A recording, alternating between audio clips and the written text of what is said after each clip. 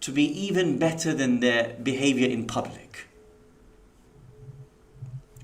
Often the way in which we act in public is very good, Allah is very good, it's very positive, it's very kind, it's very gentle.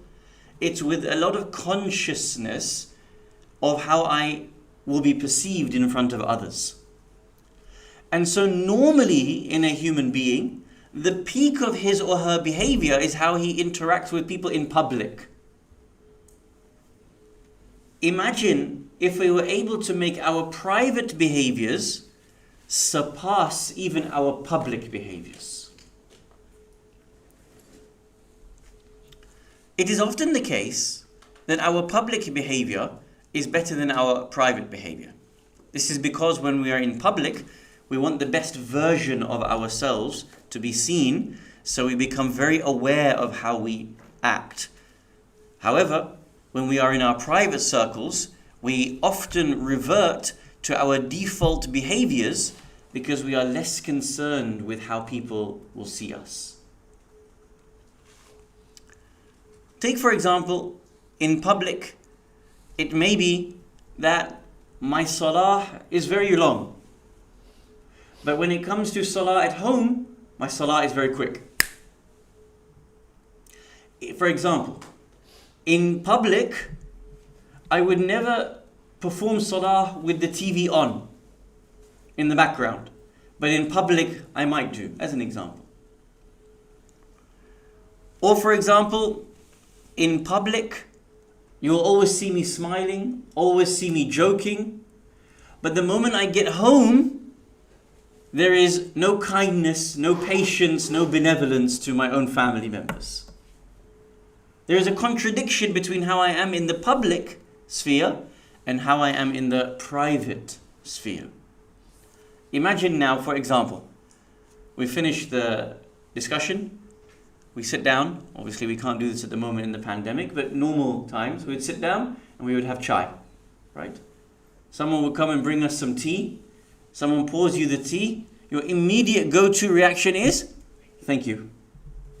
Even though that they are a worker of the community and that they're the ones doing khidmah, you will say thank you. You will acknowledge what they have done for you. Because in public, if you were to just hold your hand out, take the chai and ignore the person, it would be seen as very bad akhlaq. In private, at home, if my wife makes me chai or my mother makes me chai, will I also say thank you? Will I also acknowledge that person with the same gratitude and humility and smiling face that I would do in public? I'm just giving examples here that one can think about the differences in the way in which they are when they are in public and when they are private circles. I remember once a person would be sitting with Grand Marja, for example. You go and visit His Eminence Grand Ayatollah Sayyid Ali Hussein al-Sistani, may Allah preserve him and grant him long life. People will have this reverence in the way in which they will sit in front of him. They will make sure that there are clean thoughts. They will make sure that their tongue is very pure. But the moment they get outside, the language goes back to cursing, abusing, swearing, whatever it may be. Understand that what this does is that actually this type of differentiating between these circles actually breeds within us the problem of hypocrisy. Because when the outside is very different to what sits on the inside, and I can turn on and turn off when something on the inside comes out or when something on the outside is shown, actually the problem is that there is going to be a difference within my character, and thus it will become very normal for me to be able to sit with people and act very differently depending on the circles I am in, and this actually leads towards hypocrisy. The hadith of Amir al-Mu'mineen Ali ibn Abi Talib salawatullah wa salamuhu alayh is narrated to have said, عند الفساد العلانية تفسد السريرة. When the outward gets corrupted, the inward also gets corrupted. When my outward is that I can move seamlessly between being pleasant with some people for show and being my normal self and unpleasant with others just because they are my family members or friends. In reality, what in here is going to come is corruption. It will sow the seeds of corruption. We have to realize there is one primary space, and that is with Allah subhanahu wa ta'ala. Whether we are in public or whether we are in private, whether we are at the Husayniyah, whether we're in the privacy of our own homes, whether we are in front of the TV, in front of the phone, in front of the laptop, in front of children, the first and foremost whom we are responsible to for our behaviors is none other than Allah Jalla Jalaluhu. And He knows what is in our hearts, and He knows the way in which we act in private and the way in which we act in secret. And so even though I may be pleasant in front of some people, good charactered in front of some people here, but when I return back to the privacy of my own home, Allah subhanahu wa ta'ala knows the difference between what I am doing here and what I am doing there.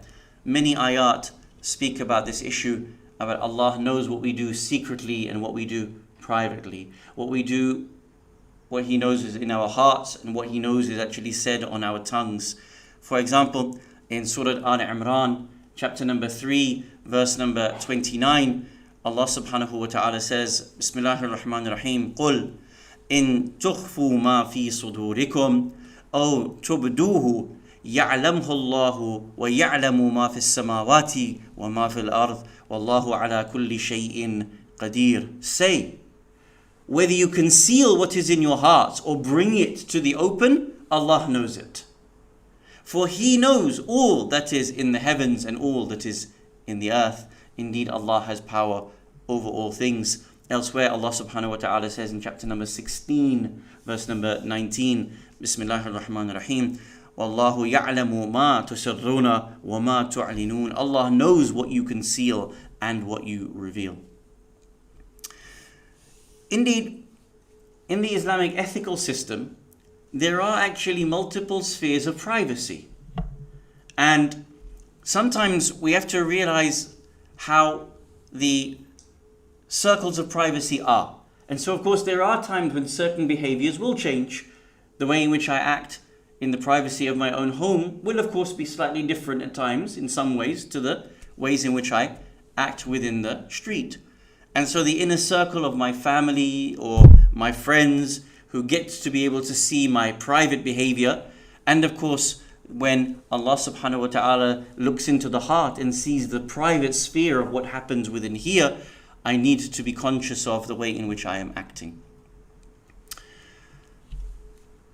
Now, to return back to this principle of development of our akhlaq, the principle assumes that the way in which we often act in public is better than our private. That when we sit in public, we would not do certain things and we will do certain things.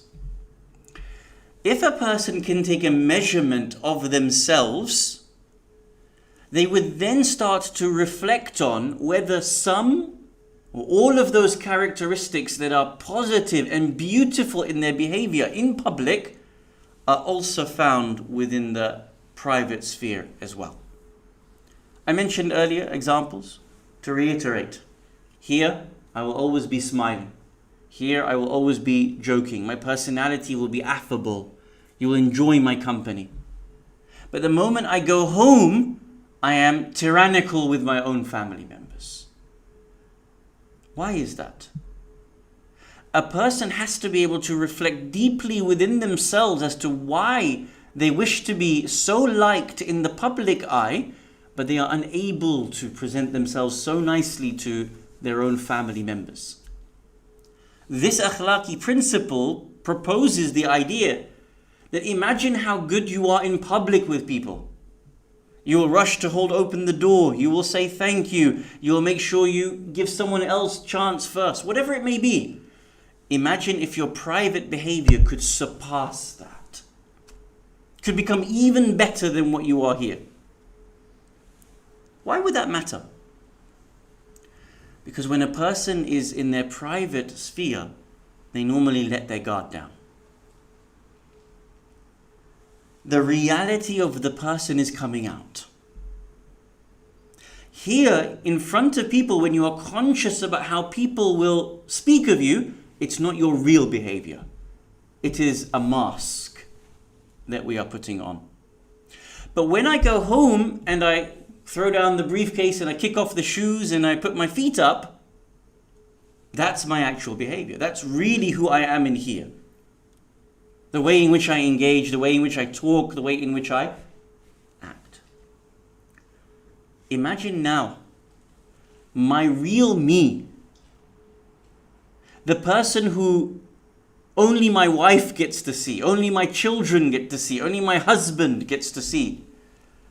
Imagine that behavior even surpasses the way in which people in the present outside get to be able to see me. There's a hadith which comes to us from Amir al-Mu'mineen Ali ibn Abi Talib salawatullah wa salamuhu alayh.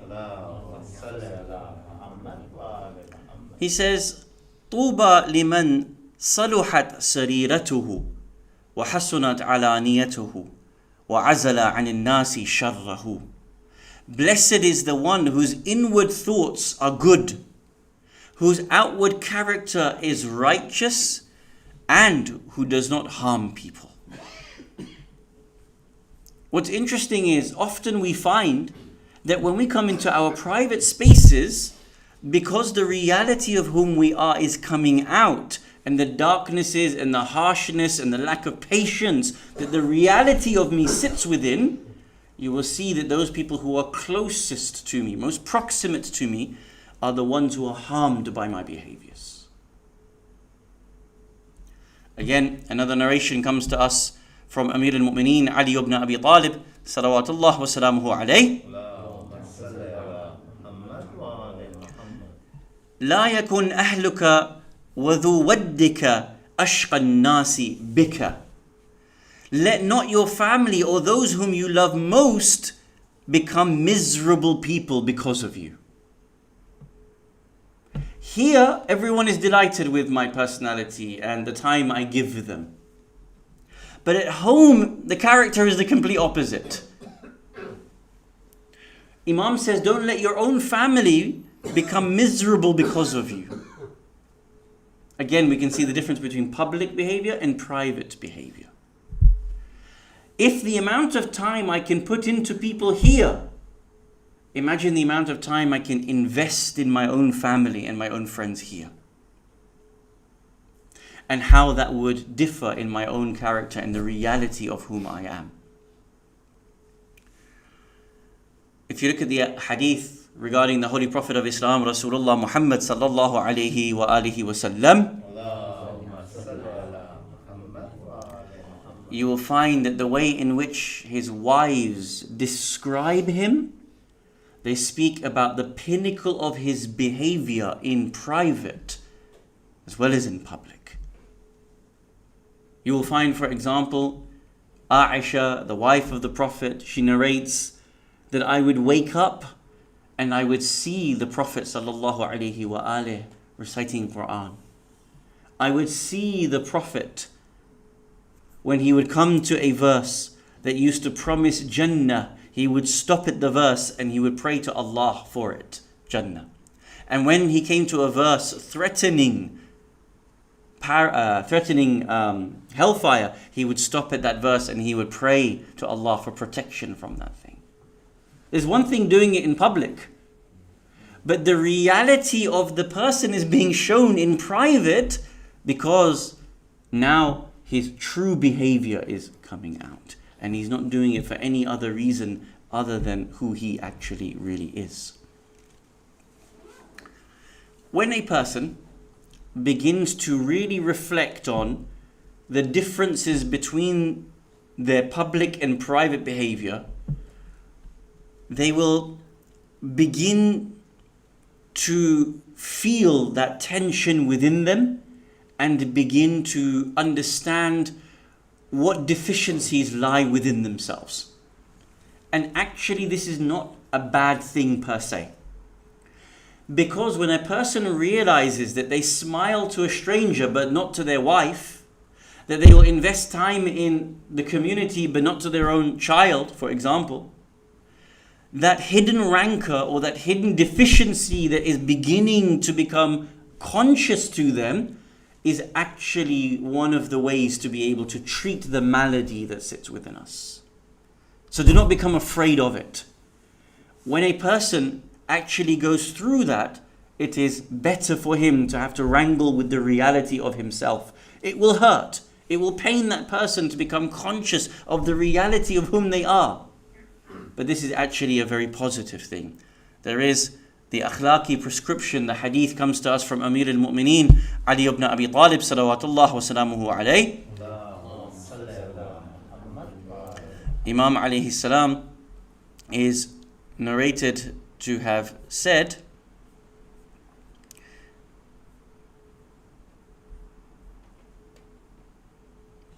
the following hadith: عند التصحيح الضمائر, when the consciousness is being reformed, عند التصحيح, the corrections are taking place deep within the self.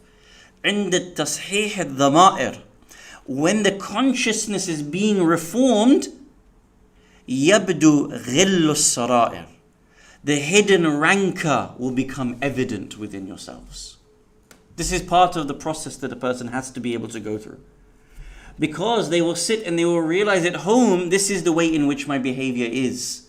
And now I can actually ask myself, why is it that I act this way in public but this way in private? What is it that has formed me to do this thing at home and do this thing in private? That rancor will come out and a person has to be able to grapple with it. Don't think that it is a bad thing. That is the height of God consciousness.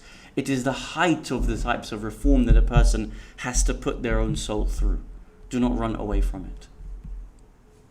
In reality, many of the ibadat that we do are provided to us for us to be able to show the realities of ourselves. And therefore, when we go on these practices of ibadat, we are told, be conscious of whom you are and learn from it.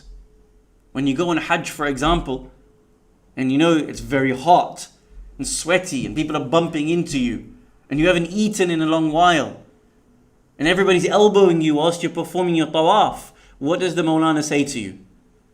Realize that this is a place when you're going to be tested. What really sits within you is going to come out. The bus is delayed. You will see what happens is people will become angry. A person doesn't get food on time, they'll get angry. The plans change, they have no flexibility, they'll get angry. Learn to realize what is coming out from within. In the same way, when we begin to understand the differential between the way in which we act in certain spaces and why we act with others in certain ways, you'll begin to understand who you are in reality, and that's when you and I will begin to try to change what sits within us. May Allah subhanahu wa ta'ala grant us the tawfiq to be able to practice this. Your homework, as was last week was for you and I to see a behavior in someone else that we like and try to adopt it. See a behavior we dislike in someone else and see whether it exists within us. Your homework for this week, between now and next Friday's principle, InshaAllah, is for you to be conscious of the way you act in different circles, with different people, in different spheres, and ask, why do I act in this way differently? And if I can make my private behavior, when I'm all alone and I don't think anyone is watching, if I can make that surpass even my public behavior, then you will find that what sits within you, the reality of yourself, will far supersede and far become even better than what you have imagined. Bismillahir Rahmanir Rahim. Wal asr, innal insana lafi khusr, illa alladhina amanu wa amilus salihati wa tawasaw bil haqqi wa tawasaw bis sabr.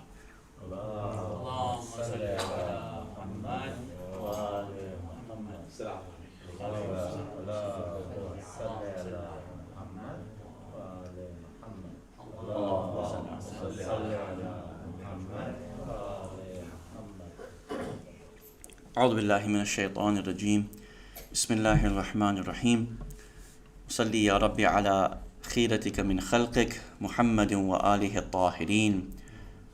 Awaited Savior of humanity, Imam al-Mahdi alayhi salam. My respected brothers and sisters, Assalamu alaikum jami'an wa rahmatullahi wa barakatuh. Usikum bittaqwa Allah wal wara'a fi dinikum. I call myself and all of you towards God consciousness and piety in the way of the religion of Allah subhanahu wa ta'ala. A people of any community or of any nation often have to be able to stop and ask themselves certain questions. And a pertinent question for us to ask ourselves across this country is, what is the end point for a government that is no longer concerned with upholding the rule of law? What is the end point for a government that is no longer concerned with the number of deaths that occurs within its country? What is the end point of a government that is not concerned about telling flagrant lies to its constituents? This week, in the Common Select Committee, we found that the Health Secretary, Mr. Hancock, stated that there was no shortage of PPE at the beginning of the pandemic. This is a testimony in response to the testimony that came from Dominic Cummings a couple of weeks back. What you are being asked to do is to ignore what your own eyes see, what your own ears hear, and your own experiences of life. We all saw how many thousands of frontline staff had to wear bin bags at the beginning of the pandemic. When I say beginning, it wasn't even actually the beginning, it was actually 3 months into it, because we first learned about this issue at the very end of 2019, December. By the time people became conscious of it, Iran was in lockdown, Italy was in lockdown. We then took 4 weeks to lock down even after those pictures came to us here. Ask yourself this question. What is the end point for a government that can so flagrantly lie in testimony and get away with it? What is the end point for a government that can hand contracts out to their buddies, be caught out by a court of law, and there be no consequences to those government ministers? What is the end point? What have you seen in history is the end point of these sorts of people? Once you ask this question, you are then forced to ask yourselves another question. What is the end point for a people? What is the end point for a people that allow this to occur? That normalize these sorts of lies, these sorts of abuses of power. If a person cannot stand up now and hold people to account now, what is the end point? Where do they get to go in a year's time, in 5 years' time, in 10 years' time? Normally, in a democracy, you would expect there to be an opposition party that is strong enough to be able to hold people to account. And if not, then at least various parties would be given space to be able to hold to account. In reality, the end point has always been that when these fail, it always falls upon the people to be able to hold governments to account. This is why I pose the question, what is the end point? For you to think about where we are going.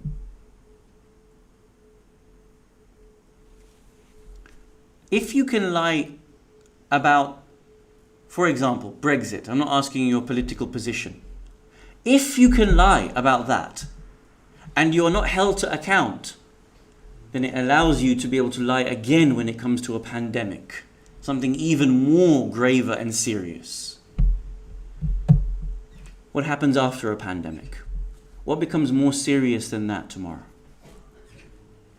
You and I have to be able to think about this. Our country needs to be able to think about this.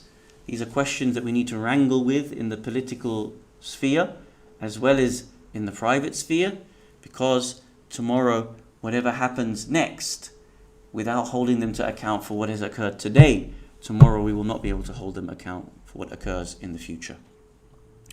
أعوذ بالله من الشيطان الرجيم بسم الله الرحمن الرحيم الحمد لله الذي لا إله إلا هو الحليم الكريم غافر الذنب وقابل التوب وهو الغفور الرحيم سبحان من سبقت رحمته غضبه وبسط اليدين بالرحمة سبحان من لم يكلف نفسا دون وسعها وعفى عن السيئات ولم يجاز بها سبحان من لا يزداد على معاصي العباد إلا كرما وجوده وعلى كثرة الذنوب إلا عفوا وصفحة نشهد أن لا إله إلا هو العطوف على العباد بجوده والعواد على المذنبين بحلمه ونشهد أن محمدا نبيه وحبيبه سيد المرسلين وشفيع المذنبين بعثه رحمة للعالمين اللهم صل على سيد المرسلين وشفيع المذنبين محمد صلى الله عليه وآله وعلى إمام المسلمين وقائد الغر المحجلين أمير المؤمنين علي بن أبي طالب صلوات الله عليه وآله وعلى سيدتي نساء العالمين وبدعة خاتم النبيين سيدتنا فاطمة بنت رسول الله صلوات الله عليها وعلى الحسن المجتبى والحسين الشهيد بكربلاء وعلي بن الحسين ومحمد بن علي وجعفر بن محمد وموسى بن جعفر وعلي بن موسى ومحمد بن علي وعلي بن محمد والحسن بن علي عليهم الصلاة والسلام اللهم صل على مولانا صاحب الزمان ماحي آثار البدع والطغيان هادم بنية الشرك والنفاق حاسد فروع البغي والشقاق صلوات الله وسلامه عليه وعلى آبائه الكرام اتصل الليالي والأيام اللهم عجل فرجه وسهل مخرجه وكن ناظرنا بنظرة منا إليه واجعلنا من المستشهدين بين يديه اللهم اجعلنا ممن يذكر فتنفعه الذكرى إن الله يأمر بالعدل والإحسان وإيتاء ذي القربى وينهى عن الفحشاء والمنكر والبغي يعظكم لعلكم تذكرون